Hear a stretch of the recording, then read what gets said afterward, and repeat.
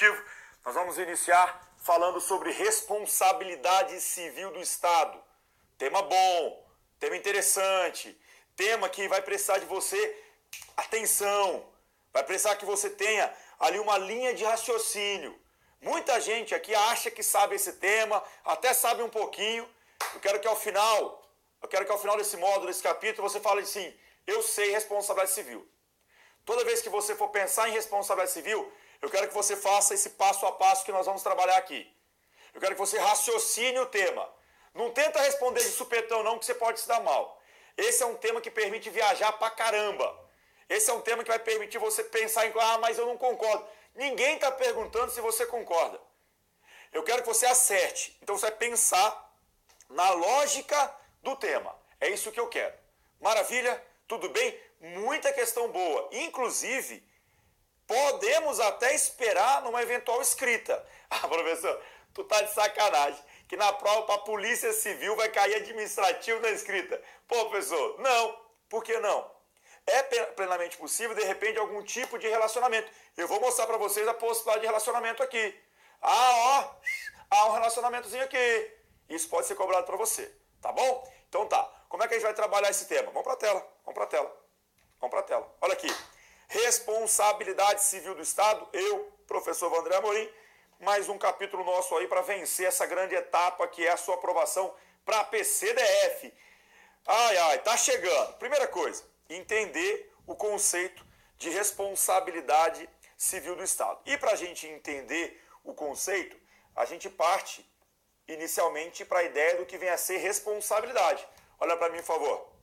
Responsabilidade significa arcar com as consequências de seus atos. Arcar com as consequências dos seus atos. É você bater no peito e falar, não, pode deixar que eu resolvo. Responsabilidade nada mais é do que uma obrigação, nada mais é do que um dever que nasce em razão de alguma conduta. Então, responsabilidade é o dever de arcar com as consequências de sua atuação, de sua conduta, em razão daquilo que você faz ou deixa de fazer. Isso é responsabilidade. Note, e volte para a tela, por favor, que o que vai nos interessar nesse momento é a chamada responsabilidade civil. De quem? Do Estado. Então, o que a gente vai aqui analisar é o Estado responsável civil. Como assim, professor? Olha só. Quando a gente fala no tema responsabilidade no direito brasileiro, vigora para a gente a chamada tríplice responsabilidade. Vamos para a tela, por favor. Tríplice responsabilidade, como o nome já sugere, é a existência de 3 espécies, de 3 patamares, de 3 instâncias de responsabilidade. Ou seja, você pode arcar com as consequências de seus atos em até 3 esferas. Quais são elas? Vamos para a tela. Nós temos a responsabilidade civil, que é a responsabilidade patrimonial. É a responsabilidade que vai aqui apurar algum dano. E em razão disso teremos uma reparação, uma indenização. Vou até colocar embaixo aqui, porque eu vou usar esse espaçozinho aqui. Aqui, ó. Teremos aqui uma indenização. Teremos aqui uma reparação. É a chamada responsabilidade civil. Você então tendo que arcar com as consequências, indenizando, pagando o dano que você causou. Além da responsabilidade civil, existe também a responsabilidade administrativa. Responsabilidade administrativa, que também é conhecida como responsabilidade funcional, porque ela está ligada à função. É aqui que é possível, por exemplo, aplicar uma advertência, uma suspensão, uma demissão. Responsabilidade administrativa, ou seja, atribuir a você algo ligado à sua função, ao seu cargo, ao seu emprego, ok? Responsabilidade não é arcar com as consequências daquilo que se faz, em razão da sua conduta. Pois é, você vai arcar com o seu vínculo funcional, em razão do seu vínculo funcional. E ainda existe a responsabilidade penal. a responsabilidade penal, que é aquela que está ligada, inclusive, à privação da liberdade. Privação da liberdade. Não só, mas também temos restrição de direitos. Restrição de direitos. É aqui que é possível, por exemplo, chilindró, cana, pagar ali cana, preso, reclusão, detenção, por uma única conduta, umazinha. Aquele minuto de cagada, sabe? Não existe um minuto de cagada na vida de quase todo mundo. Se o seu ainda não aconteceu, pois é, pode ser que aconteça. Um minuto de cagada, de repente, pode gerar a você uma responsabilidade no âmbito civil, tendo que indenizar. Uma responsabilidade no âmbito administrativo, podendo até ser demitido. E no âmbito penal, podendo até ser preso, por culpa de uma única conduta tua. Uma única conduta tua. Você chega um dia lá, putão no trabalho, grilado, nervosaço, chega lá, tem um computador na beira da mesa, fala, também não quero essa porcaria aqui não, pega aquilo ali e joga no chão. Tá, não quero isso aqui também. Pro inferno todo mundo. Você também vai pro inferno. Tá, cão, capeta, calma. Sai cuspindo marimbondo. Vamos lá. Quebrou um computador. Isso gerou um dano para o poder público. Você vai ter que pagar isso. Você ali praticou uma insubordinação, que a meu ver parece ser grave, pode gerar uma demissão. E você ainda praticou o crime do artigo 163. E ainda qualificado, porque foi contra patrimônio público. Ou seja, por uma única conduta. E nesse caso, perceba, não deu nem um minuto. 30 segundinhos eu já me ferrei. Nas 3 esferas. Tudo bem? Então vamos colocar aqui na nossa tela. Essa tríplice responsabilidade permite então o somatório. O somatório ou seja, uma responsabilidade civil e administrativa e penal por uma única conduta. Aí você fala assim, professor, mas não tem um tal de bis in idem que é proibido no direito brasileiro? Como é que você vai ver isso, professor? Vamos para a tela. Professor, o tal do bis in idem, eu ouvi falar que é proibido. E é mesmo. O que é o bis in idem? É você sofrer uma punição numa esfera, por exemplo, penal, e sofrer de novo na esfera penal pelo mesmo fato. Isso é proibido. É você sofrer uma responsabilidade civil e de novo pelo mesmo fato, de novo na civil. Ou seja, 2 vezes, por isso bis, mais de uma, na mesma esfera. O que é proibido é na mesma esfera. Em esferas separadas, não tem problema. Então eu posso acumular civil, administrativo e penal? Posso. É possível. Sim. A tríplice responsabilidade permite isso. Por quê? Volta para a tela, por favor.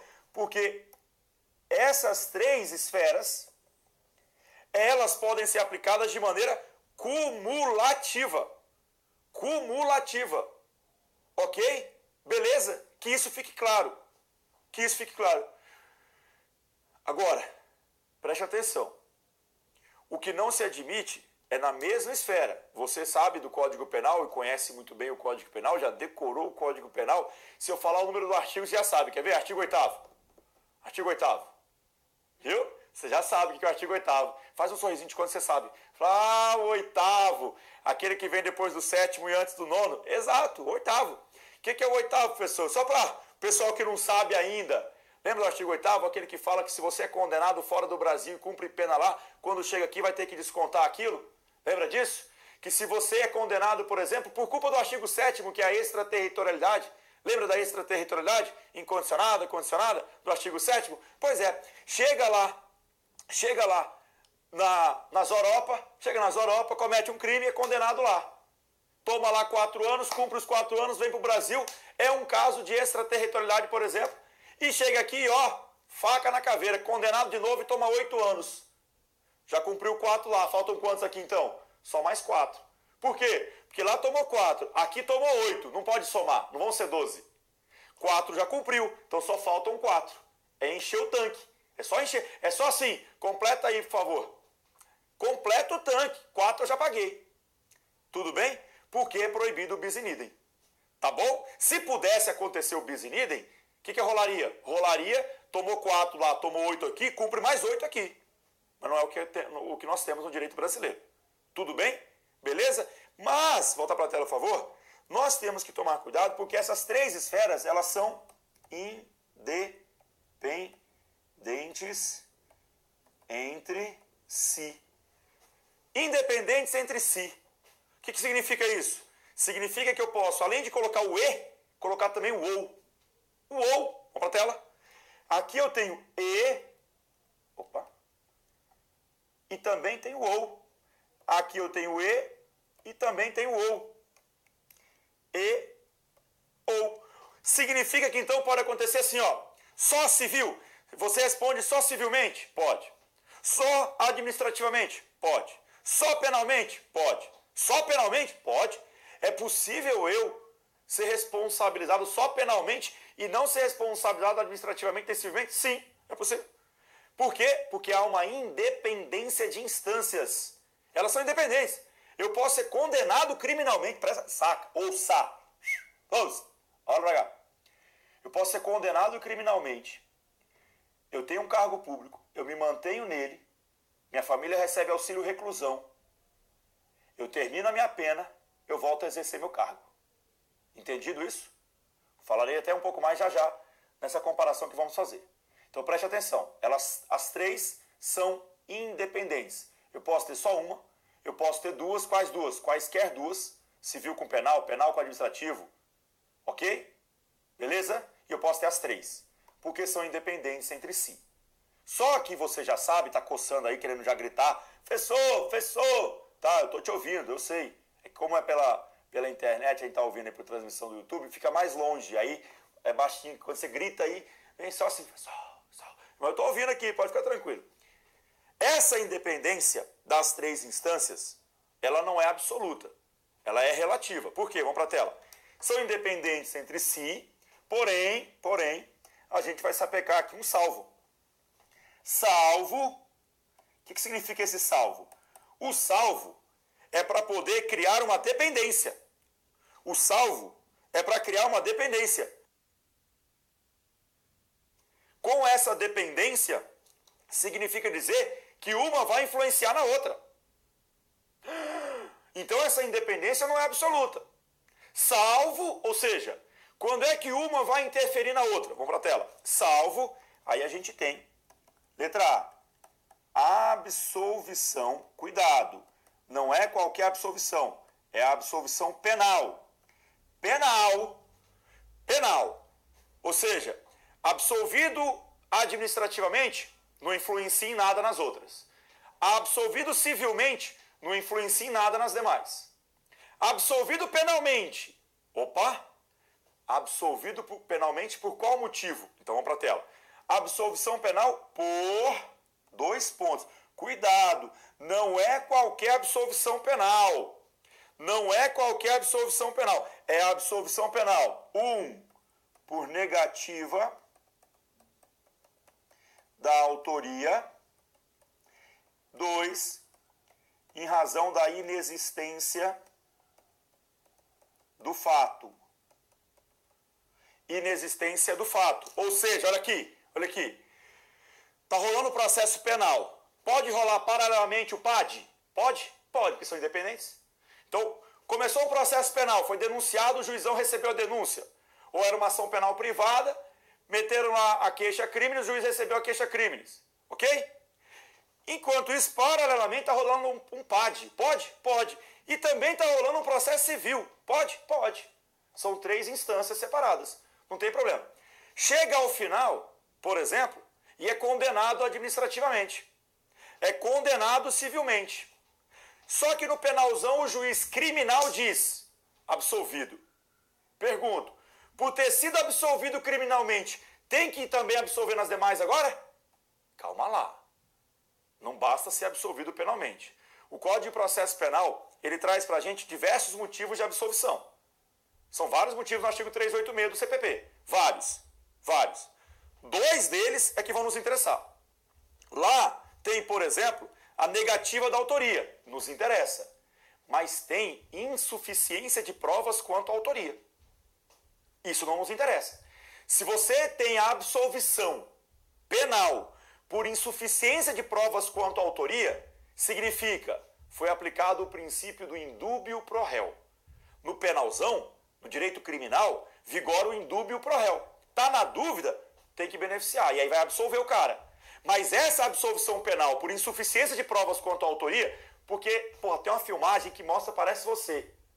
Mas tem uma outra filmagem em outro local, no mesmo horário, que parece você também. O juiz tem acesso às duas e fala, cara, não foi possível, a perícia não definiu se era ou não ele, mas parece, realmente, olhando aqui, o jeitão meio bobo de andar, ó, parece. Mas, rapaz, ali parece também. E aí, o que o juiz criminal faz? Absolve.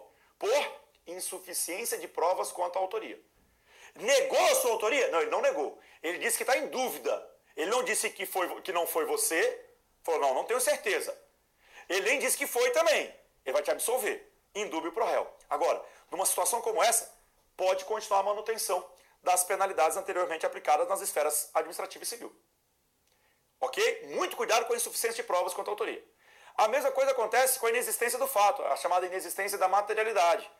O juiz pega e fala, não houve aqui o fato em si. Se não houve o fato, como é que ele vai ser condenado administrativamente? Como é que ele vai ser condenado civilmente se o fato não existiu? Estão dizendo que ele subtraiu o computador do órgão público. Não subtraiu, está lá no almoxarifado. Então, se não houve o fato imputado, que é a subtração, ninguém subtraiu, não houve subtração, tem que absolver criminalmente por inexistência da materialidade, inexistência do fato, e isso vai repercutir nas demais, tendo que absolver. Agora, cuidado. E se absolveu simplesmente porque o fato não era típico?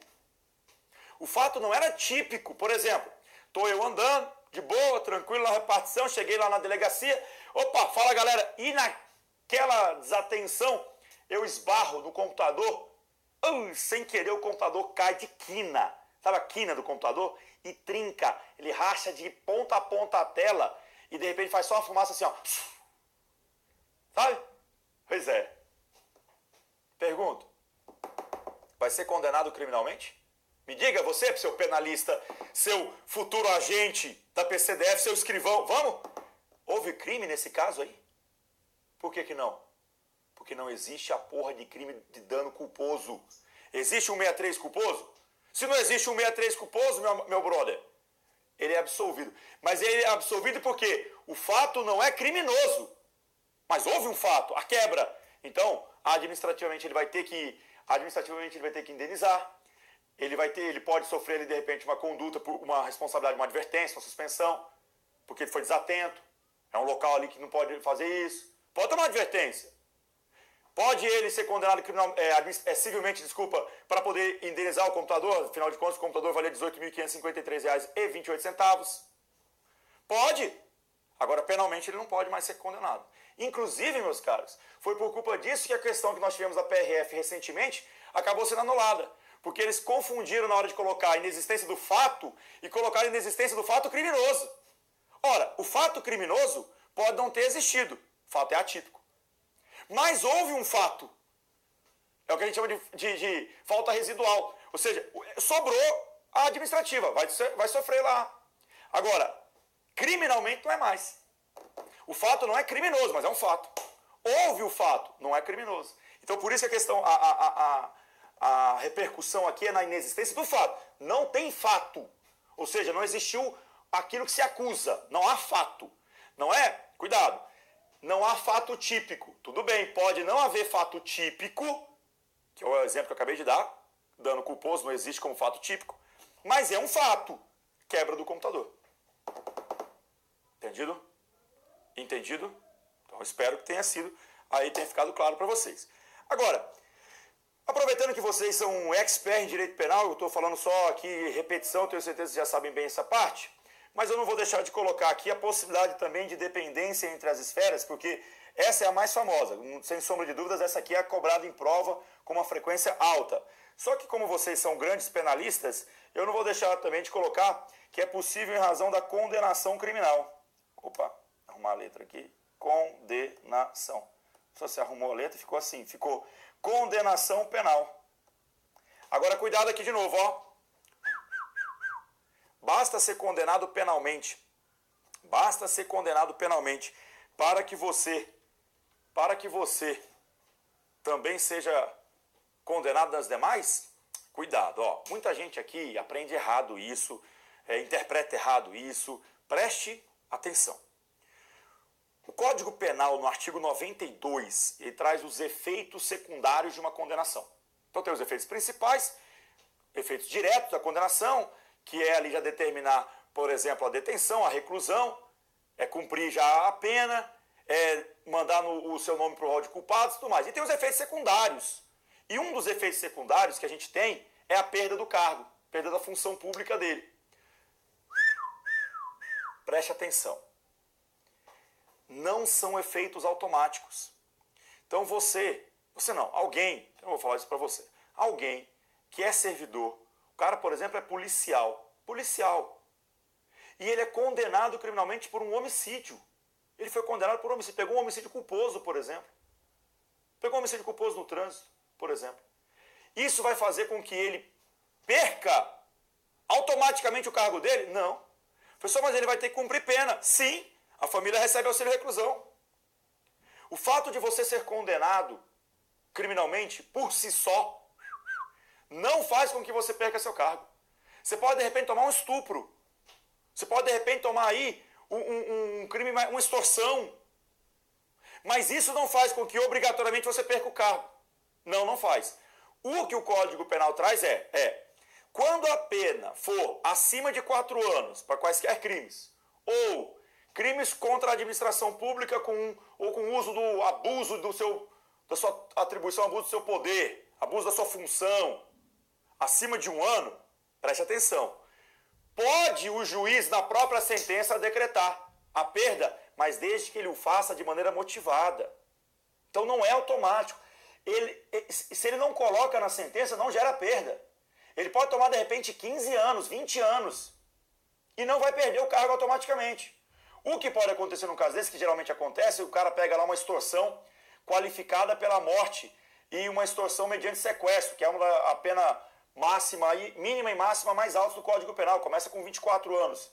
E aí o cara pega 24 anos. É natural que se abra um PAD contra esse cara para mandar embora, por uma incompatibilidade de manter um cara, servidor público, condenado por extorsão mediante sequestro com resultado morte. Agora, se não abrir um PAD, ele pode continuar com o cargo e a família recebendo auxílio reclusão. Então não é automático. Agora, temos situações automáticas. Por isso, volta para a tela, que essa independência deixa de existir, por isso o salvo quando condenação penal olha só isso, na tortura, lei 9455, e na lei de crime organizado, por exemplo, crime organizado, a lei já traz expressamente assim, condenado por tortura, rua. É efeito automático. Condenado por tortura, rua, vaza, cai fora, perde automaticamente o cargo. Então, se um policial civil, por exemplo, do DF, é condenado por tortura, ele vai perder o cargo automaticamente. Tudo bem? Entendido isso? Maravilha? Sem problemas? Então, cuidado, porque muita gente acha que o condenado criminalmente perde o cargo. Professor, mas a lei ela não exige o gozo dos direitos políticos? Ela exige o gozo dos direitos políticos para você tomar posse. Se você já tomou posse, pode acontecer de você ter a suspensão dos seus direitos políticos em razão dos efeitos de uma condenação penal transitada em julgado e mantém o seu cargo. Terminou, volta. Tudo bem? Tudo bem? Entendido isso? Espero que sim. Então, voltando para a nossa tela, perceba aqui o quadro sobre responsabilidade no Brasil. Que o que vai nos interessar nesse nosso módulo é trabalhar a responsabilidade civil. É a responsabilidade civil. Por isso, tome cuidado aqui para você não confundir as bolas, e isso pode cair na tua prova escrita, por isso que eu falei, é narrado lá um caso, e que você tem que qualificar, descrever qual é o crime que ele cometeu, e se esse crime gera, por exemplo, a responsabilidade civil do Estado, e também a responsabilidade pessoal penal do agente. Então, olha só a diferença. Uma coisa é a responsabilidade penal do agente, outra coisa vai ser a responsabilidade civil do Estado. São instâncias separadas. Uma coisa vai ser, agente vai ter que indenizar? Ou será que é o Estado? Mas e a pena, quem cumpre? São esferas distintas. É isso que eu quero que você entenda bem aqui nesse início. Tudo bem? Então o que vai nos interessar? Volta para a tela. Vai nos interessar situações em que o Estado vai ter que indenizar em razão de ter o dever de arcar com as consequências de seus atos. Responsabilidade civil do Estado, então, fechando o conceito, olha aqui, o dever que o Estado tem em arcar com as consequências no âmbito patrimonial, no âmbito financeiro, em razão dos atos praticados por seus agentes. Então, é arcar com as consequências em razão, dos atos praticados por seus agentes, em qual âmbito? Financeiro. Vai ter que arcar com as consequências no âmbito financeiro patrimonial, porque vai ser imputado a ele alguma conduta. Essa que é a ideia. Tudo bem? E para a gente fechar esse raciocínio, vamos para a tela aqui, vamos entender que essa responsabilidade civil, ela tem como natureza jurídica uma responsabilidade de âmbito extracontratual ou contratual? Ela decorre de um contrato firmado ou ela decorre da prestação de serviços? Cuidado aqui, porque existem provas, inclusive, que usam esse nome no edital e na prova. Chega lá assim, no que tange a responsabilidade extracontratual do Estado. Fala, diabo, responsabilidade extracontratual. Pô, isso aí o professor não deu não, o professor safado ficou falando lá de um monte de coisa e não falou de responsabilidade extracontratual. Porra, eu sei o que é responsabilidade civil, bicho. Se eu soubesse o que era extracontratual, é a mesma merda. É a mesma coisa. Por quê? Porque a responsabilidade extracontratual, bora pra tela. A responsabilidade extracontratual é a responsabilidade decorrente da prestação de serviços públicos. Prestação de serviços públicos. Note que não vai haver, então, um contrato aqui que vai obrigar a indenização. É da prestação, olha que interessante isso aqui, ou da falta dela, ou da falta da prestação. Então, seja você, Estado, que prestou o serviço e causou um dano, seja porque nem prestou o serviço e causou dano. Aqui nós vamos trabalhar situações do tipo, a pessoa vai para um hospital público para ser tratado e lá sofre um procedimento errado, o médico então erra ali a ligação e a pessoa morre. É isso. Chegou lá para operar a perna, o cara falou, tiramos o rim com sucesso, vai ficar show agora. Era a perna, doutor. Tá, a gente olha a perna também. São situações que estão ligadas à prestação de serviço público. É a pessoa que está andando com o carro na via pública, cai num buraco, numa vala. É uma chuva torrencial forte que dá na cidade, inunda um setor e o carro vai para o beleléu, a casa. É isso que nós vamos trabalhar. São situações que estão ligadas ao dia a dia da prestação de serviços públicos. É uma viatura oficial que acerta um carro particular. São situações ligadas, então, à prestação de serviço público. Prestação de serviço público. Ok? Diferentemente, que não é o caso, aqui nós não vamos usar a chamada responsabilidade extracontratual. Contratual. Por quê? Porque, como o nome já diz, a contratual decorre de quê? Decorre de um contrato. E onde é que a gente estuda contrato? A gente estuda na 8666, credo, professor, credo, Deus me livre, 8666, tá? A gente estuda, por exemplo, na lei 8987 de 95, que trata das concessões e permissões. Um contrato que, uma vez desobedecido, uma vez desrespeitado, vai gerar ali uma consequência. Não é isso que nos interessa. Não há um contrato, não há um vínculo específico. É você que está andando com o seu carro, vê aquelas pessoas cortando a grama, já viu o pessoal cortando grama? E de repente, quando você vai passando bem pertinho, só escuta assim, na traseira do carro, uma pedrinha. Quando você olha lá, furou, quebrou o vidro. É isso que a gente vai trabalhar. Tudo bem? E onde é que isso vem previsto? Vamos para a tela. Isso vem previsto nesse artigo 37, parágrafo 6º da nossa Constituição Federal, que nós vamos decorar. Agora é só para você saber onde está, só para você saber que está no 37, parágrafo 6º. Eu vou repeti-lo já, a redação dele a gente vai analisar no momento próprio. É para você conhecer o que ele dispõe, tá? Por hora, só uma mera leitura. Vamos fazer a leitura comigo aqui, as pessoas jurídicas de direito público e as de direito privado, prestadores de serviço público, direito público e direito privado, prestadores de serviço público, responderão pelos danos que seus agentes causarem, pelos danos que seus agentes nessa qualidade causarem a terceiros, assegurado o direito de regresso contra o responsável nos casos de dolo ou culpa. Tem muita coisa para entender aqui, tem coisa demais. Então, por hora, é só para você saber, está no 37, parágrafo 6 da CF. Maravilha? Só um breakzinho aqui pelo tempo e a gente já volta na sequência com uma parte importantíssima. Já te espero.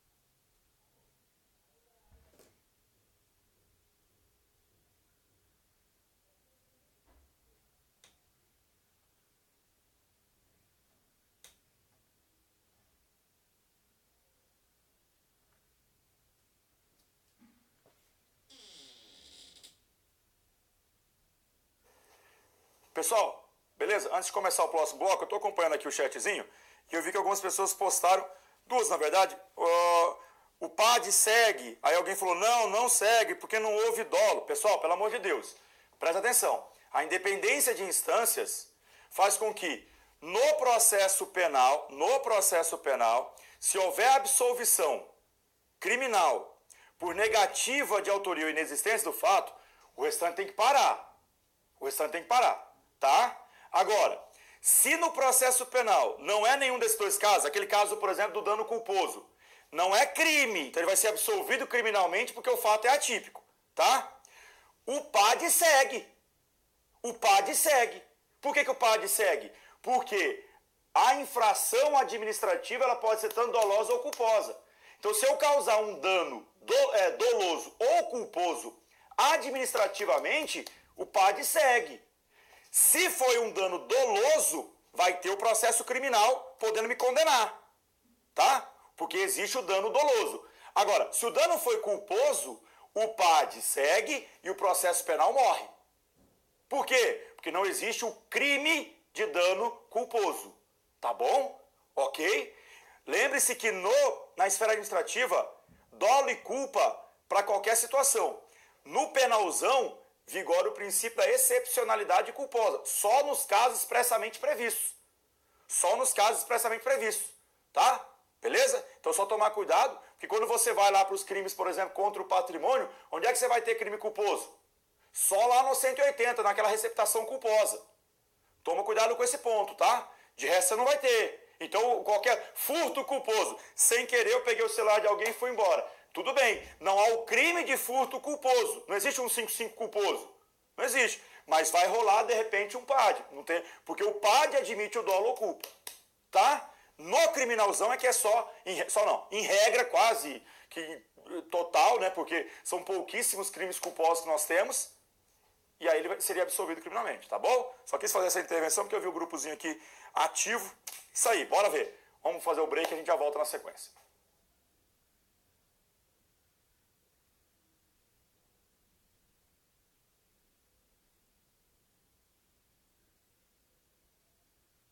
Vamos seguir, pessoal. Vamos continuar aqui, então, visto a parte introdutória da responsabilidade civil.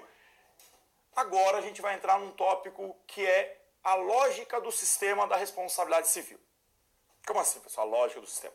Nós ouvimos no vídeo anterior que existiu ali a figura da responsabilidade civil e o Estado passa a ter a obrigação de indenizar. Como é que isso funciona? Como é que o Estado vai ter que indenizar numa situação como essa? Vamos pegar um caso recente e emblemático que causou o maior transtorno na sociedade, que foi o assassinato lá em Suzano, São Paulo, em que dois marginais entraram em uma escola e lá praticaram uma atrocidade gigantesca, certo? Beleza? Pois bem, nós vamos ver, por exemplo, que o Estado vai ter que indenizar essas famílias. Veremos isso já já. O Estado vai ter que indenizar. Vai ter que indenizar a família da diretora, daquela coordenadora, daqueles alunos. Vai ter que indenizar. Veremos o porquê já já. Veremos o porquê já já. Como é que ele vai ter que indenizar isso? Como é que ele paga isso? Ele paga isso administrativamente? Por exemplo, a família chega lá no estado, era uma escola estadual, chega no estado de São Paulo. Estado de São Paulo, tudo bem? Tudo bem, como é que você está? Tudo bem. É o seguinte, cara, você viu lá o que aconteceu, eu quero aqui uma indenização. Ah, lógico, vamos aqui. Olha, vamos fixar uma indenização, exemplo, tá? Vamos fixar uma indenização aqui de 150 mil reais, mais uma pensão vitalícia aí, vitalícia não, até que a pessoa completasse ali 65 anos de idade, uma pensão de um salário mínimo, pode ser? Pô, um salário mínimo, pô, não, tá de sacanagem, não vou aceitar isso não. Vamos fazer o seguinte, um salário e meio, tá, então beleza, fechou? Fechou? Obrigado, valeu. Pode administrativamente fazer isso? Pode? Pode. Inclusive, o próprio governo de São Paulo, não sei se isso aconteceu, né? Foi anunciado pelo menos assim, o próprio estado de São Paulo já avisou imediatamente que as vítimas seriam indenizadas. As famílias, né, das vítimas seriam indenizadas. Ou seja, todo o acompanhamento psicológico já imediato, a questão de funeral, tudo, o Estado já começaria a pagar. É uma situação que, em razão da prestação de um serviço educacional, existe um dano à pessoa. Esse dano, inclusive, o pior deles, a morte. E isso fez com que diversos outros ficaram feridos. Isso vai fazer com que o Estado tenha que indenizar. Essa indenização pode ser na via administrativa? Pode. Tivemos outros casos. Por exemplo, aqui o pessoal do DF deve se lembrar quando caiu o viaduto, ali no Eixão Sul. No início do Eixão Sul caiu um pedaço do viaduto. Graças a Deus não atingiu ninguém, mas atingiu carros, patrimônio. E o governador então da época disse, ok, faremos ali a recomposição do prejuízo em no máximo 20 dias. Foi dito pelo governador, se pagou ou não pagou, não sei. Mas o que eu estou te dizendo é, pode o pagamento, pode a composição disso ser feito administrativamente? Pode. É o que acontece em regra? Não. O que rola em regra? Rola em regra, eu chego lá e falo, ó, seguinte, o viaduto caiu no meu carro. Meu carro estava avaliado ali em 8.350, estava bom, estava um estado bom, pneu novo, tinha nem 8 anos que eu estava com o pneu ali, ó, não dava nem para ver o aço ainda. R$8.300, o estado dele falou, não, pago no máximo 3.000 naquilo lá, 3.000, porque, vou te falar, não merecia não, eu não sabia nem que era um carro quando amassou. Não, que é isso, é meu carro, meu xodó, e então eu quero 8.300, ele fala que paga no máximo 2.000, 3.000 reais. Eu falo, não quero isso. O que eu vou ter que fazer? Ajuizar uma ação. Aí eu vou ter que ir buscar judicialmente. Já que não está tendo acordo administrativo, judiciário. Ok? Isso é o que acontece na maioria das vezes. E aí eu quero que você raciocine assim, preste atenção. Se vai para o judiciário, é porque não aceitou a composição administrativa, o acordo não rolou. Então o que vai rolar agora? Uma queda de braço. De um lado vai estar o Estado, do outro lado vai estar a vítima. Então o Estado vai tentar dizer que não tem que pagar nada, e a vítima vai falar, não, peraí, tem que pagar sim. Então nós vamos ter aqui essa queda de braço. Vamos ter aqui um cabo de guerra, puxando de um lado e o outro puxa do outro. O Estado fala, não vou pagar não. A vítima fala, tem que pagar sim. Entenda que nós vamos ter então, entre aspas, um ataque e um contra-ataque. O que é o ataque? A vítima dizendo, vai ter que pagar por isso, isso, isso, isso. O Estado dizendo, não vou pagar por isso, por isso, por isso. Entenda essa lógica, isso vai ajudar demais. Preste atenção. Como não houve a composição administrativa, vamos partir para a via judicial. E na via judicial, essa queda de braço. Tudo bem? Então o que nós vamos analisar primeiro? O próximo slide, nós vamos ver o que a vítima, presta atenção, o que a vítima tem que alegar, o que ela tem que comprovar, qual que é o ônus, qual que é o dever dela para poder conseguir a indenização. Primeiro é o papel dela. O que ela vai botar na folha de papel, lá na petição inicial? O que ela vai escrever? O que ela vai argumentar? O que ela pode argumentar para poder receber? E aí depois a gente vai ver um outro slide em que o Estado vai falar assim, ó, tudo isso que a vítima falou é mentira. Então aí a gente vai ver depois o dever do Estado, o que o Estado pode se defender. Fechou? Beleza? Então bora para a tela. Olha só, inicialmente a gente tem que ver então aí o dever da vítima, e logicamente se ela morreu, os seus sucessores, seus herdeiros, o dever da vítima na ação de reparação de danos, ação indenizatória. Quando a gente fala no dever da vítima na ação de reparação de danos, nessa ação indenizatória, surge pra gente essas duas figuras aí, ó. Responsabilidade objetiva, responsabilidade objetiva, deixa eu colocar aqui, responsabilidade objetiva, e surge a figura da responsabilidade subjetiva. E aí, temos que obrigatoriamente, ó, separar as duas. Separar essas duas figuras. Então, perceba, olhe para mim aqui, que essas duas figuras, responsabilidade objetiva e responsabilidade subjetiva, elas vão surgir quando a gente estiver analisando o que a vítima tem que fazer, tem que alegar, tem que comprovar para poder conseguir receber a indenização.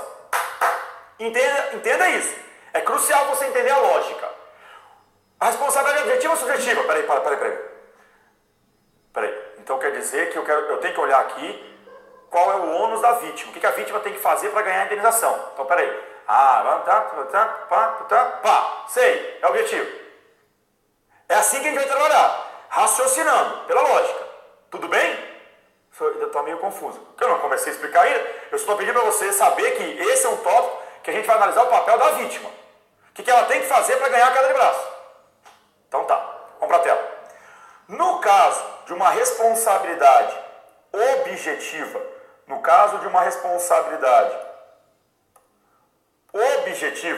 ó, olha isso. A vítima deve comprovar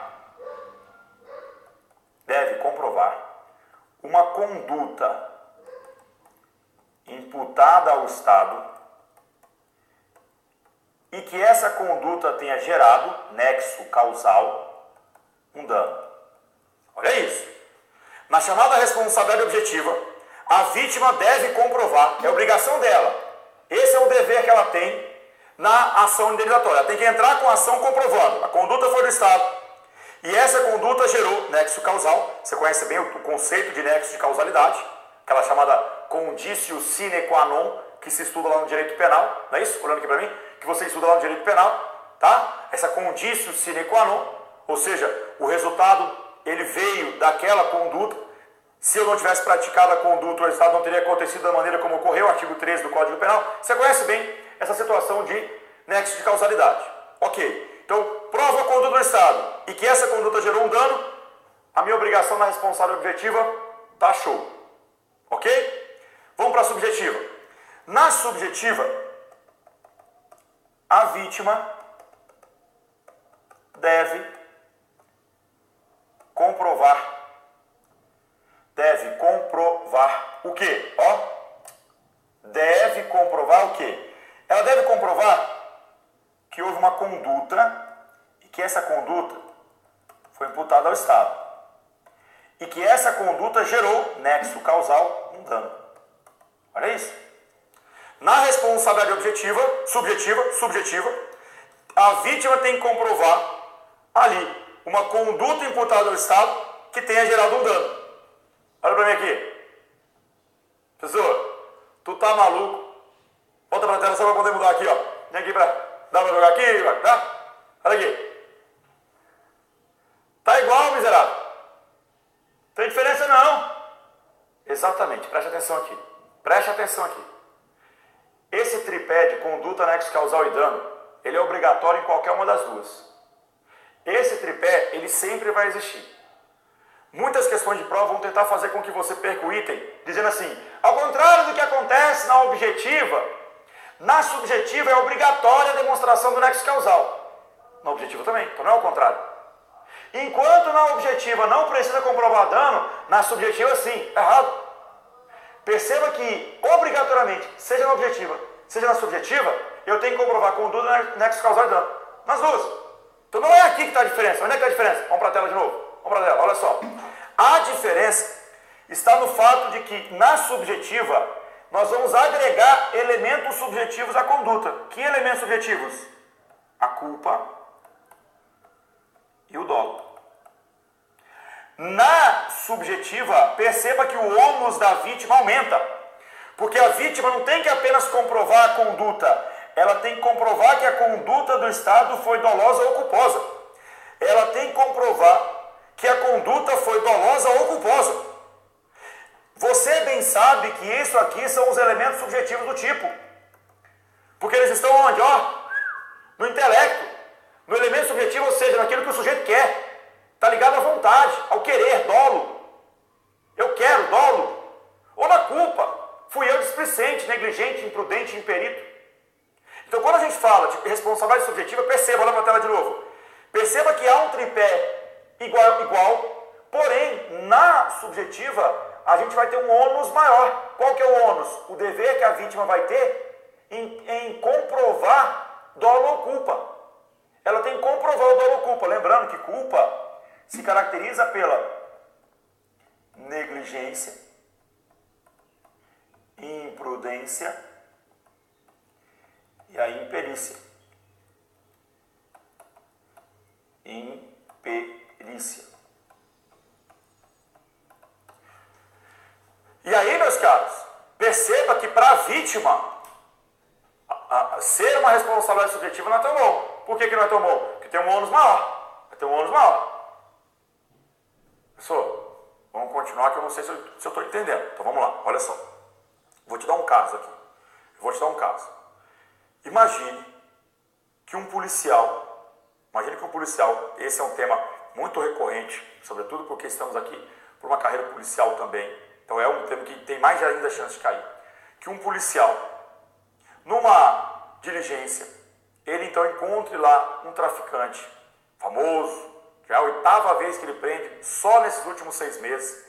E ele não está aguentando mais aquilo, policial. Chegou lá, a primeira coisa que ele fez, executou o cara. Já de cara, pegou uma 12, e para acabar com o enterro, deu na cara. Tuf! Chegou aí, o cara simplesmente estava lá, ele chegou e deu um tiro de 12. Certo? Beleza? Beleza? Tá. Olha isso. Houve aqui o dolo, a intenção em atirar? Ou não? Óbvio que houve. Não tem que discutir isso. Ou ele estava assim de boa, de repente, opa! Acertou. Não. Chegou lá, falou, para não ter mais esse problema, não vou te prender nunca mais, quer ver? Acabou. Não prendo mais. Saiu. Certo? Beleza? Então tá. Teve dolo? Teve dolo. Acho que isso ficou claro. Mas perceba que a conduta desse agente, desse delegado, desse agente de polícia, dessa autoridade, seja um policial militar, a atividade dele foi ilícita. Chegou lá, o cara estava parado, chegou e executou. Eu não narrei aqui troca de tiros, eu não narrei uma legítima defesa. Eu simplesmente estou falando que ele chegou lá e sapecou. Tudo bem? Maravilha? Tá. Houve dolo? Houve dolo. Nesse caso, pergunto, a responsabilidade civil do Estado é objetiva ou subjetiva? Como assim, professor? Ora, imagine só, a família desse cara que morreu vai entrar com uma ação contra o Estado.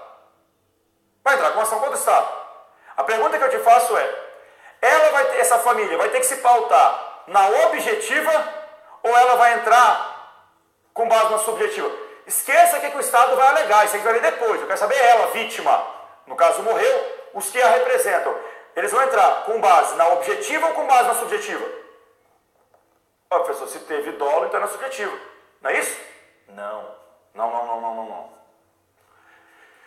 Cuidado para você não confundir, porque muita gente até explica isso aqui errado e o aluno aprende errado e ferra tudo. Preste atenção.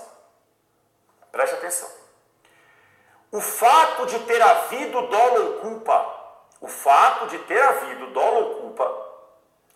não vai mudar da objetiva para a subjetiva, da subjetiva para a objetiva. Não é isso que define. O senhor volta para a tela. Como não é isso que define? Eu estou vendo aí dolo ou culpa só na subjetiva. Preste atenção, porque isso é o que a vítima tem que comprovar. A diferença é que na objetiva tendo ou não dolo ou culpa, não precisa comprovar. Na subjetiva, não só precisa, como eu tenho que comprovar. Então preste atenção, porque se narrarem para você um caso que teve dolo, não vá só por isso. O que você perguntar, e aí sim você vai decidir. Ouça, preste atenção. Para eu poder saber se é objetiva ou se é subjetiva, você olha isso aqui, ó, vamos para a tela. Você vai olhar se essa conduta é uma ação ou se essa conduta é uma omissão. Você bem sabe que conduta pode ser ação ou omissão. A chamada conduta comissiva, comissiva é ação. E a conduta omissiva, omissão. Pergunto, nesse caso do policial que chegou lá e sapecou um tiro, foi ação ou omissão? Ação ou omissão? Ação, então é objetivo. E aí, a vítima, no caso a família, vai entrar com base na objetiva e vai dizer: a vítima sofreu um dano maior de todos em razão de uma conduta do Estado. Conduta essa comissiva. Ponto. Ponto. Ah, mas ela vai ter que comprovar que o agente quis, que o agente agiu. Não. Na ação não tem que comprovar o dolo ou culpa. Professor, mas teve o dolo ou culpa. Isso vai servir para um outro momento, outra coisa. Outra coisa, não é agora. Agora é o papel da vítima cobrando do Estado. Agora é o papel da vítima buscando o Estado. Preste atenção nisso. Imagine que um carro particular está andando pela rua, normalmente, de repente vem uma viatura e... bateu. Certo? Pergunto. Houve um dano para o proprietário do carro particular? Houve um dano. Esse dano foi causado por quê? Por culpa de uma batida, de uma viatura oficial. Essa batida é uma ação ou omissão do Estado? Ação. O que a vítima vai ter que fazer? A vítima vai cobrar do Estado, alegando que o carro bateu no dele, amassou e gerou prejuízo de 10 mil reais. Ponto. Ah, mas não tem que provar que o motorista estava acima da velocidade? Não, isso aí é uma questão de imprudência. Ah, mas não tem que provar lá que ele foi fazer a curva, não conseguiu e bateu? Isso é uma questão de imperícia, isso é culpa, não tem que olhar. Ah, mas olha só isso. No caso de ação, é objetiva, ponto. No caso de ação, é objetiva. E no caso de omissão, subjetiva. O que seria uma omissão? Omissão é aquela situação em que você, e esse é o exemplo clássico, está andando pela rua e de repente tem lá uma vala, você mexendo no WhatsApp, vendo aqueles filminhos, torcendo para não ganhar o gemidão, está lá vendo no WhatsApp e de repente cai na vala, quebra a perna. Foi uma ação do Estado, chegou um agente do Estado e deu de ombro e derrubou você lá? Não. Mas o Estado não fechou, ou não sinalizou, não interditou, não. Ele não fez algo, então ele se omitiu. E ao se omitir, a gente então parte para a chamada responsabilidade subjetiva. Aí, não basta a vítima falar, quebrei a perna porque caí no buraco. Quebrei a perna porque caí num buraco que não estava sinalizado e estava muito escuro, inclusive sem iluminação pública, sem nenhum tipo de alerta. Olha eu mostrando que o Estado foi negligente. Olha eu mostrando que o Estado foi negligente. Não basta dizer, caí no buraco, quebrei a perna, o Estado me indeniza. Por quê? Nas omissões, nos danos decorrentes de omissão, a responsabilidade é subjetiva. Então, se eu virar para você e perguntar um exemplo qualquer, você vai falar assim, peraí. Foi ação ou omissão? Foi ação, então é objetivo. Foi ação ou omissão? Foi omissão, subjetiva. Essa é a linha inicial que eu quero. Aí vamos lá. Decidi e vi que é ação, então é objetiva. Se é objetiva, tem que comprovar dolo ou culpa? Não precisa. Mas teve? Não, mas não precisa. Mas mesmo tendo, não precisa. A objetiva eu não preciso comprovar, ainda que ele tenha existido. E na subjetiva? Na subjetiva, eu tenho que comprová-lo, eu tenho que demonstrar. Então, obrigatoriamente tem que ter havido dolo culpa. Obrigatoriamente tem que ter havido dolo culpa. Tudo bem? Sim. Ok. Cuidado com isso. Professor, eu já vi questão de prova só assim, ó. No direito brasileiro, adota-se a responsabilidade objetiva e a questão veio como correta. Por quê? Porque essa é a nossa regra. Vamos para a tela, por favor. Nós temos hoje como regra geral, regra geral, a chamada responsabilidade objetiva. A regra geral é a objetiva, ok? Essa é a regra geral. E a subjetiva, ela entra excepcionalmente. Então a subjetiva, ela é uma exceção. Exceção. Quando que vai ser essa exceção? Quando estivermos diante de uma omissão.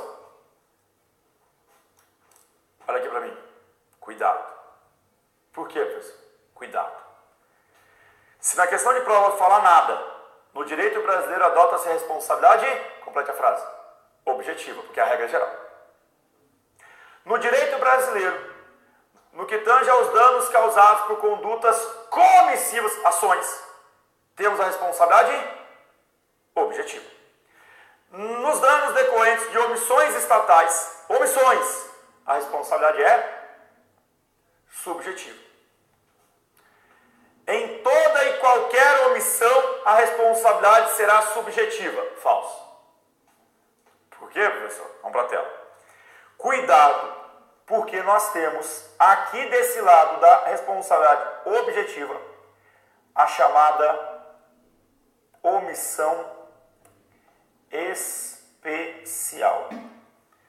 Essa omissão especial é o que a gente conhece como dever de custódia. Dever de custódia. É bom demais falar com quem entende de direito penal. Você, meu grande penalista, professor de penal, eu entendo bem, isso aí, obrigado, que bom. Estão lembrados da chamada omissão penalmente relevante, lá do Código Penal? Professor, lembro. Se você não lembra, faz de conta que você está lembrando. Lembro, professor, aquela do artigo 13, parágrafo 2º. Isso, aquela que fala que a omissão é penalmente relevante quando o agente devia agir para impedir o resultado. Sei, professor, é a chamada omissão imprópria. Isso, é o chamado crime comissivo por omissão, professor. Lembrei, é o caso, professor, do salva-vidas. Isso, é o caso do pai que está vendo o filho na piscina, o menino começa a afogar e o pai fala, vai, nada, e morreu. O pai se omite e responde por homicídio, e não por omissão de socorro. O cara que estava do lado lá tomando a caipirinha, olhou e falou, morreu. Ele é omissão de socorro, 135. O pai tem o dever de impedir o resultado. O meu caso é homicídio, o dele é omissão de socorro. Você já viu isso em direito penal? Isso é a chamada omissão penalmente relevante. Porque há esse dever de impedir o resultado. Porque há entre a gente um vínculo. Um vínculo. Seja um vínculo legal, seja um vínculo que pela conduta anterior. Sabe aquela famosa história de você estar passeando de jet ski com a namorada e só tem um colete. E aí você deixa o colete com ela, quando os dois caem e começam a afogar, você toma o colete dela? Você não vai poder, nesse caso, alegar, por exemplo, o estado de necessidade, meu amigo. Porque você colocou nessa situação. Então, só tomar cuidado. Porque quando se fala na omissão penalmente relevante, que você conhece do penal, traga para cá, e você vai chamar aqui, nesse caso, de omissão especial. E nesse caso de omissão especial, o que a gente tem é a responsabilidade objetiva. Volta para a tela, por favor. Olha os casos mais emblemáticos, não são os únicos, mas os casos mais emblemáticos de omissão especial. Presidiário,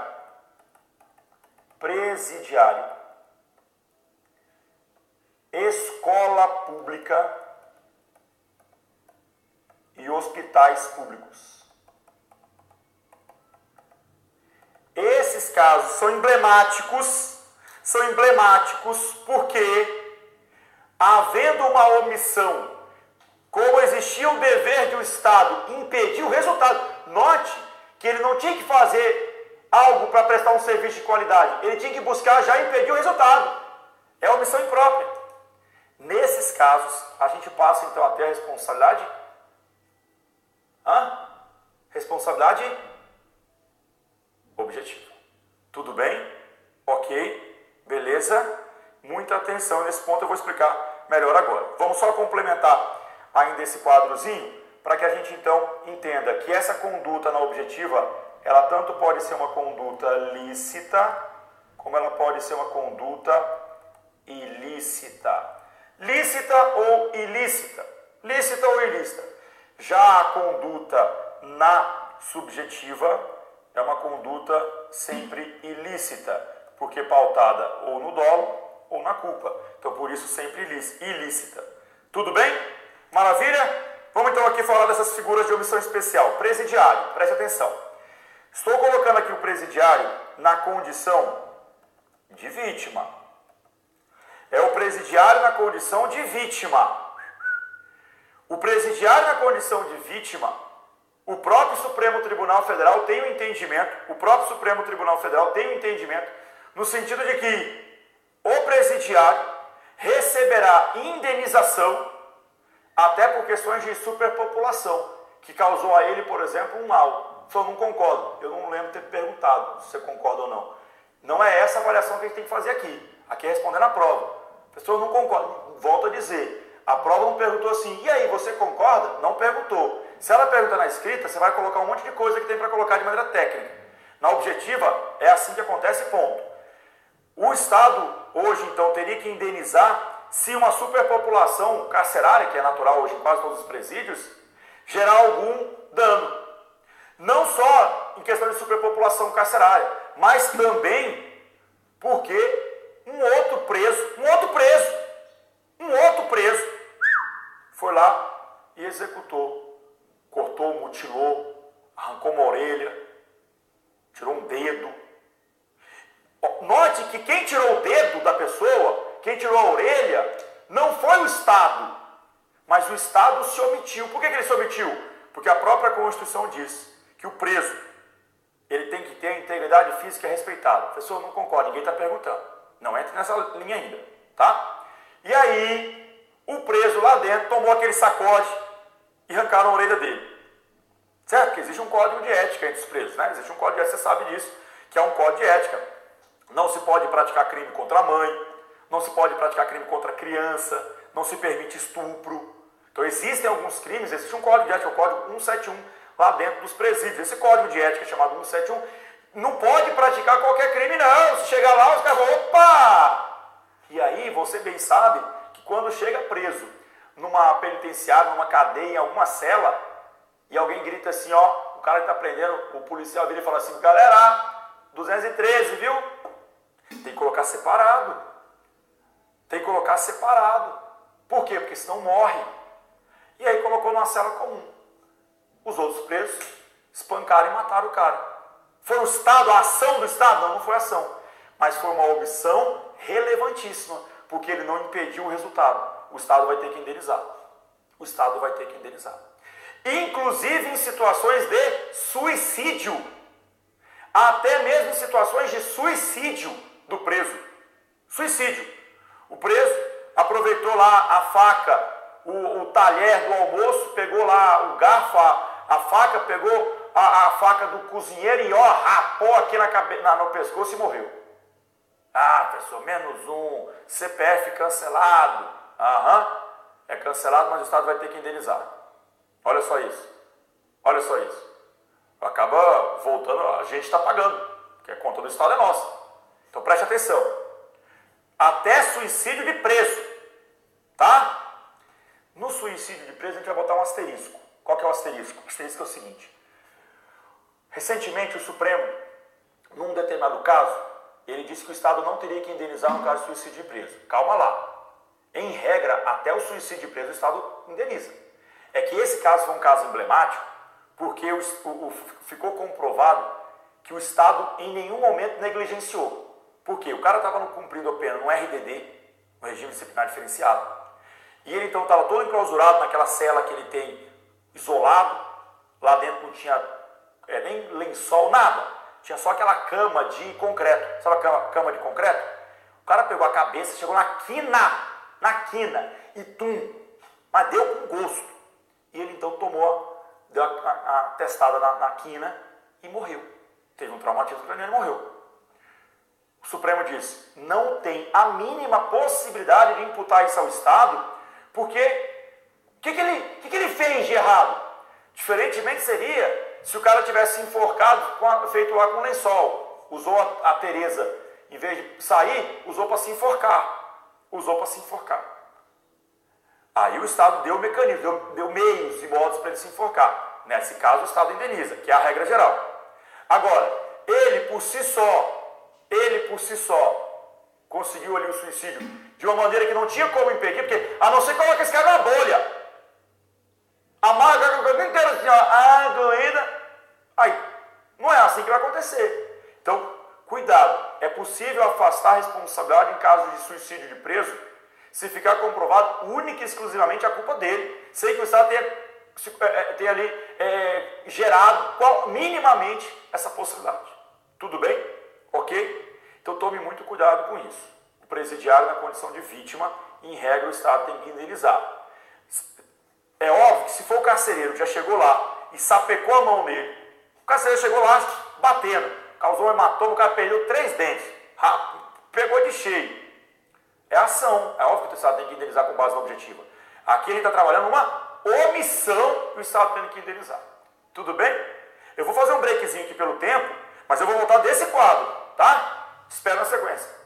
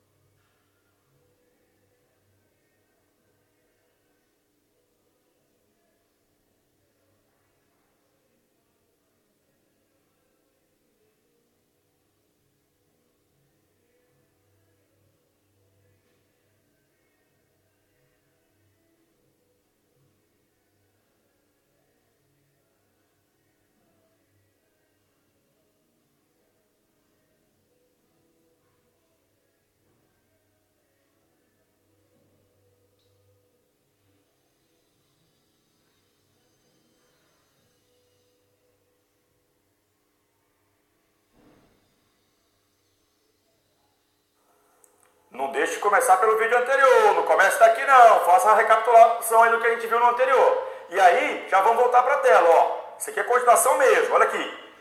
O caso do presidiário vítima, então a gente viu. Professor, oi, me diga uma coisa, Não é uma situação aí que as leis do Brasil só favorecem os bandidos, não, professor? Ficou revoltado com isso. Calma. A gente tem que pensar também por outro lado. A partir do momento que isso acontece, isso não resolve. Se não resolve, então a gente tem que pensar no Estado ser responsável também. Se a gente tivesse mais cobrança dos próprios políticos em usar o dinheiro público corretamente e ter presídios minimamente habitáveis, porque quem conhece presídio hoje sabe que ele não é nem minimamente, e seja para aquele cara que furtou e tomou a pena pequena, mas como ele é um reincidente e ele vai ter que cumprir uma pena de repente num fechado, ele está lá dentro, ao lado daquele outro que praticou um crime gravíssimo, tomou 24 anos, está junto com aquele outro que pegou uma pena pequena, mas que era um reincidente que tem que tomar punição. Então só tomar cuidado, porque de repente é aquele tiro que sai pela culatra.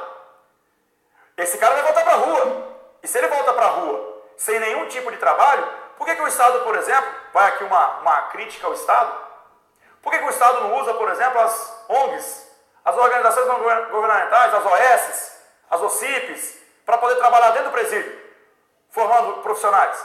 Por que não? Botar esse cara para trabalhar. Obrigado a trabalhar. Ah, você não pode trabalho forçado. Ninguém falando que é forçado, ele é obrigado a trabalhar. Botar o cara para trabalhar, botar o cara para plantar, botar o cara para poder fazer o algodão para poder ser a roupa dele depois. E aí sim, exigir, rígido. Agora, quem trabalhou, quem trabalha, quem já foi em presídio, sabe como é que a banda toca. Sabe qual que é a primeira coisa que qualquer preso recebe, na maioria das vezes? Um belo tapa na orelha. Um belo tapa na orelha. Você já começa a dar ali, amaciar a carne, para quando sair ter um monte de situação. Mas não vamos entrar nisso aqui, que é uma questão mais política. O que eu quero é que você sempre tenha uma visão crítica. Não pense só de um lado. Ah, o Estado brasileiro é muito complacente. Olhe pelo outro lado, em que não adianta também certas situações. Se pena de morte adiantasse tanto, diversos países que a usam não teriam a criminalidade maior que a do Brasil. Mas, vamos voltar. Eu queria trabalhar com vocês também aqui o tema do presidiário. Mas agora o presidiário praticando a conduta. Como assim, professor? Se esse infeliz presidiário foge, presidiário foragido. O cara fugiu. E ele está na rua de boa. Fugiu, tranquilão, está lá e de repente vai fazer o corre. E Niki foi fazer o corre, roubou alguém. E a pessoa reagiu, matou, patrocínio. O Estado responde? O Estado responde nesse caso? Em regra, não. Cuidado, pessoal, que revolta. Pessoal, agora eu fiquei revoltado. Não adianta ficar revoltado. É assim que você vai marcar na prova. Preste atenção.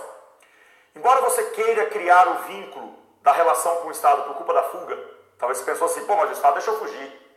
O Estado deixou fugir. Cuidado.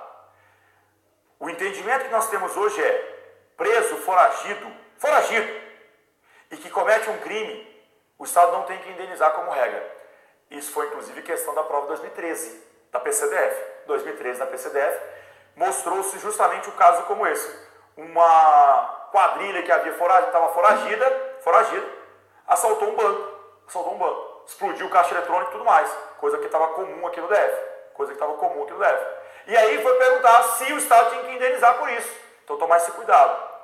A regra é não indenizar. O Supremo Tribunal Federal já reconheceu o dever de indenizar em alguns casos. Já reconheceu. Por exemplo, um caso emblemático em que o foragido tinha assaltado uma pessoa e essa pessoa ficou sabendo que esse preso tinha conseguido a 8ª fuga no intervalo de menos de 1 ano e meio. Em menos de um ano e meio, 18 meses, esse cara tinha fugido 8 vezes. Ou seja, mês sim, mês não praticamente, né? Mês sim, mês não. Mês que pega, mostra 2 vezes. 2 coisas, melhor dizendo. Mostra 2 coisas. Que o Estado é completamente ineficiente e que esse preso é burro pra caramba, né? Porque o cara conseguiu fugir às 8, mas também foi pego 8 vezes. Porque, olha, não é que ele se entregou, não, ele foi preso. Ou seja, ele é burro também, né? Além de tudo, burro. Preste atenção, nesse caso ficou comprovado que o Estado foi completamente ineficiente.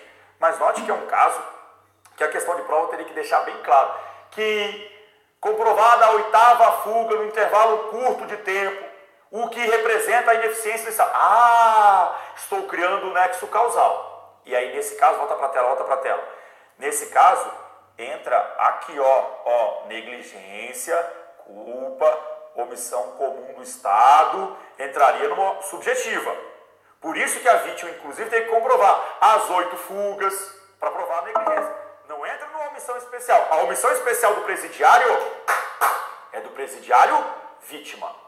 Tudo bem? Tudo bem? Outro ponto do presidiário foragido. Também temos julgados no sentido de que, se no momento da fuga, os caras estão cavando um túnel, cavaram, saiu, e nisso está passando uma pessoa com um carro, com uma moto.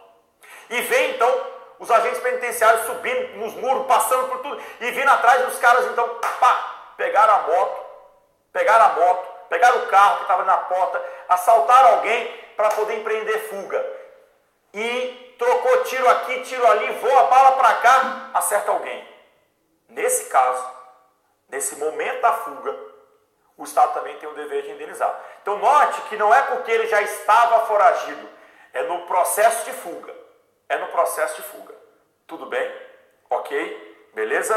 Então tá. Só tomar esse cuidado, porque isso pode eventualmente ser considerado. Professor, quanto tempo depois que considera o cara foragido para não mais o Estado ter que indenizar? Ou é em processo de fuga porque aí indenizaria? Porque tem a ver, né? Se eu estou em processo de fuga, o Estado vai ter que indenizar. Se o cara já empreendeu e está foragido, não tem um prazo.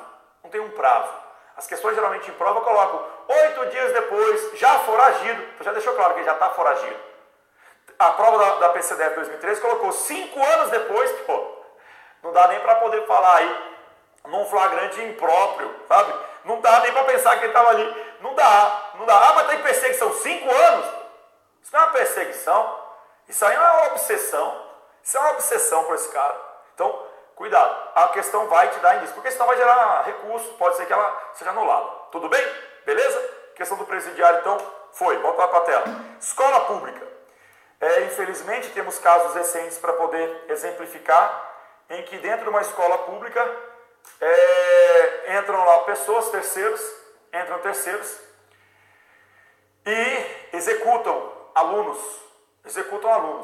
Nós já tínhamos visto isso acontecer em diversos outros casos no Brasil, infelizmente. E aí vem a pergunta, foi uma ação do Estado? Não, não foi. Não, professor, nesse caso o que eu vi acontecer foi um professor. O professor chegou lá e deu uma facada no aluno. Aí não tem que discutir, porque se é um agente público que fez uma ação, já é objetiva mesmo. Concorda? Já é ação, objetivo. Aqui o caso que eu estou levantando é a omissão do Estado. A omissão do Estado. Então o Estado se omitiu. E o Estado se omitiu por quê? Deixou o portão aberto.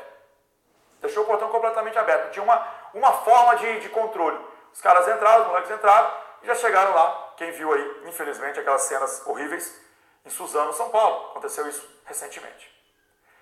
E aí o Estado vai ter que indenizar. Por quê? Porque dentro de escola pública, intramuros, entrou ali, o Estado tem que defender.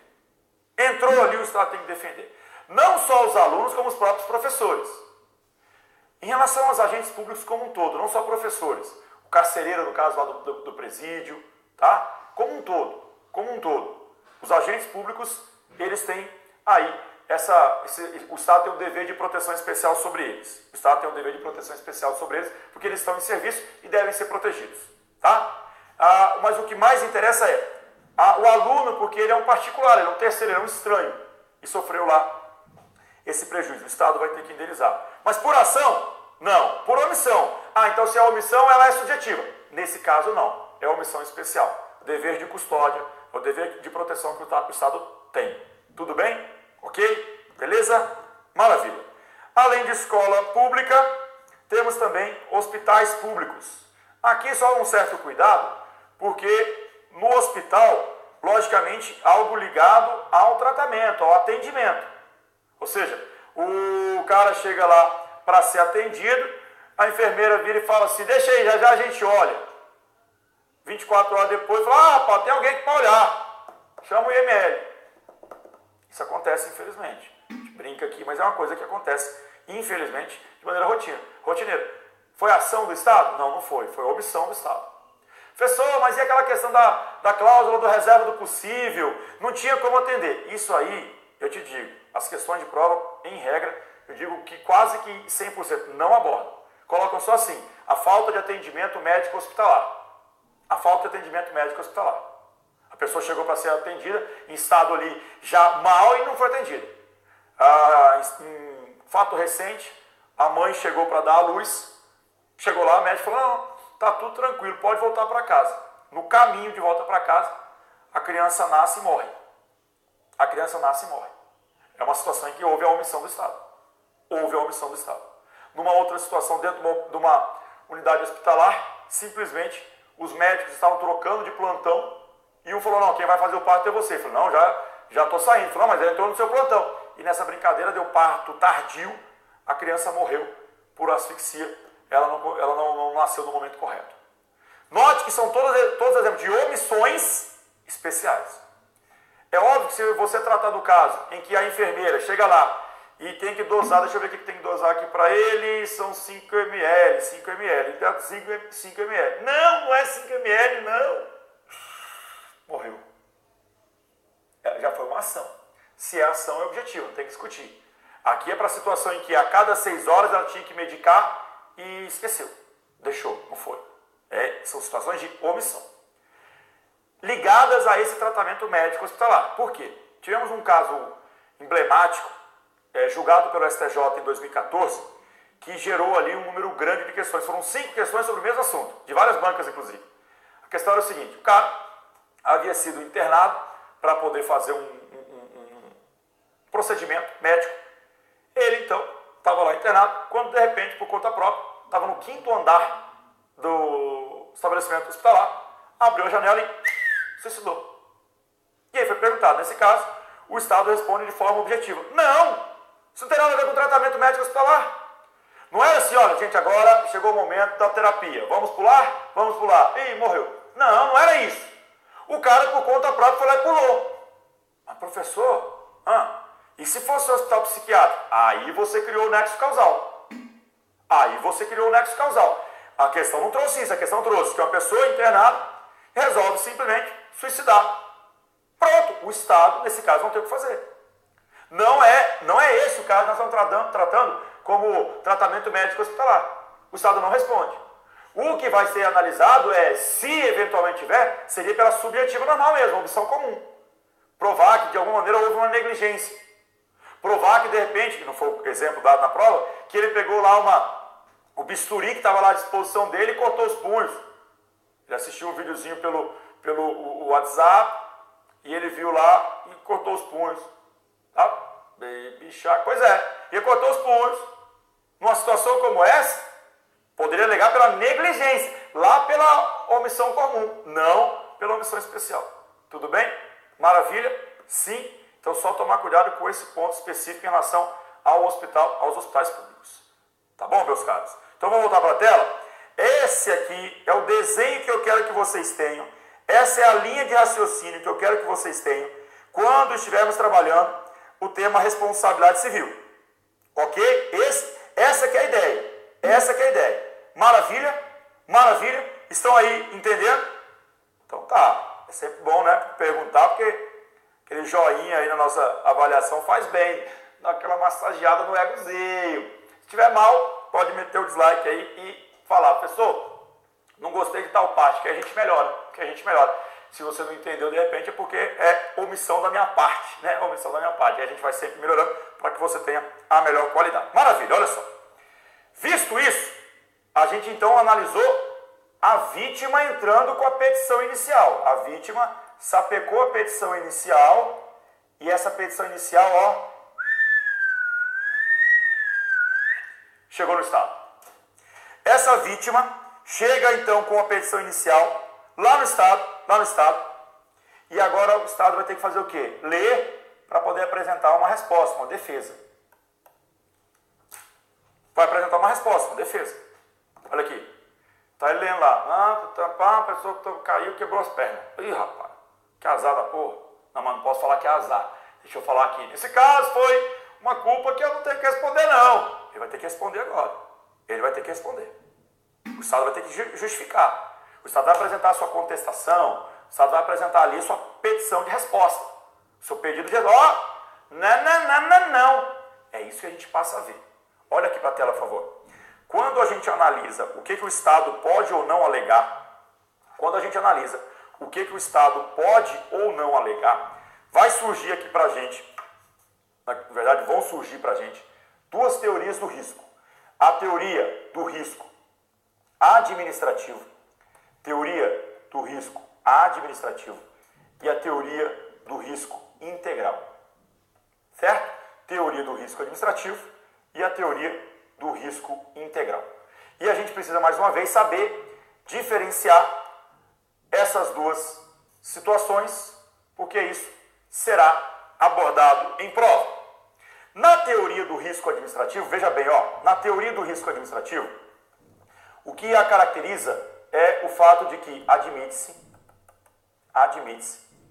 a incidência de excludentes ou atenuantes. Excludentes ou atenuantes, a incidência de excludentes ou atenuantes da responsabilidade do Estado.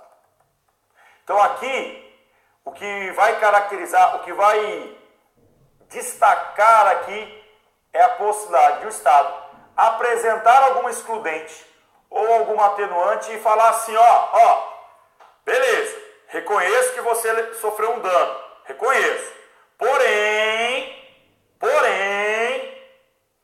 ele vai apresentar um porém, ele vai apresentar alguma coisa para tentar o quê? Para ele ganhar a queda de braço. A vítima verá um monte de ataque, falando um monte de coisa. O Estado fez isso, que o Estado fez aquilo, aí vem o Estado falar, tá. E você não conta o que você fez, não. E você não vai contar o que você fez aí na petição, eu vou contar então o que você fez. O Estado tem a possibilidade de alegar certas coisas para poder se eximir, ou pelo menos reduzir. Vou para a tela. Na teoria do risco integral, a gente vai colocar um não antes. Não se admite a incidência de excludentes ou atenuantes. Não se admite. Ou seja, aqui o Estado vai ter que responder. O Estado responde, ponto final. Aqui o Estado responde e ponto final. O Estado responde, ponto final. Ponto! Essa é a diferença básica conceitual. Teoria do risco administrativo, o Estado pode alegar excludentes ou atenuantes. Risco integral, não vai poder. Qual das duas teorias você acha que é melhor para o Estado? A do risco administrativo ou a do risco integral? Qual que é melhor para o Estado? Para o Estado. A do risco administrativo. Maravilha. E é essa que a gente vai adotar como regra. Só para você fazer o paralelo, a gente não adotou como regra a objetiva e que ela é melhor para o Estado? Ela não é melhor para o Estado? Desculpa, para a vítima, Para a vítima, não é melhor para a vítima? Porque ela não tem que comprovar dolo ou culpa. Ao passo que agora nós vamos também pegar a melhor para o Estado. Então a vítima tem a melhor e o Estado também tem a melhor. Essa é a regra. Só que a do risco integral poderá também ser aplicada. Só que excepcionalmente. Ok? A teoria do risco administrativo, ela vai admitir atenuantes e excludentes de que maneira? Olha só, nós temos aqui a figura da culpa da vítima. Caso fortuito, força maior e eventos de terceiros. Então nós temos situações em que o Estado vai poder se pautar para tentar excluir sua responsabilidade ou ao menos atenuar. Essas 4 situações, olha aqui, não adianta nada serem apontadas, serem alegadas na teoria do risco integral. Por que não adianta nada? Porque lá o Estado vai ter que responder, não tem excludente ou atenuante. Então se no risco integral o Estado alegar, mas foi culpa da vítima, tô nem aí. Mas isso aí foi um caso fortuito. Vai responder, brother. O Estado vai ter que responder. No risco administrativo, se ele alegar isso, ele pode conseguir ou excluir ou atenuar. Quando que exclui ou atenua? Vamos para a tela. A gente analisa o seguinte. Houve um dano. Esse dano, o dano causado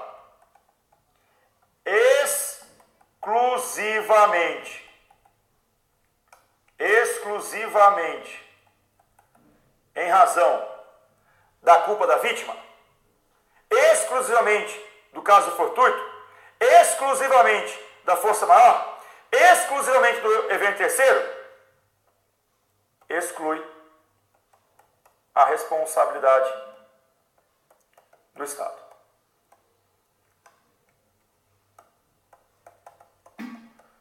Eu já explico isso melhor, calma. Agora, dano causado de forma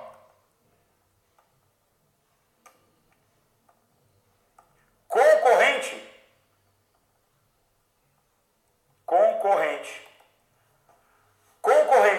com esses eventos aqui, esses aqui são os eventos que ele vai poder alegar.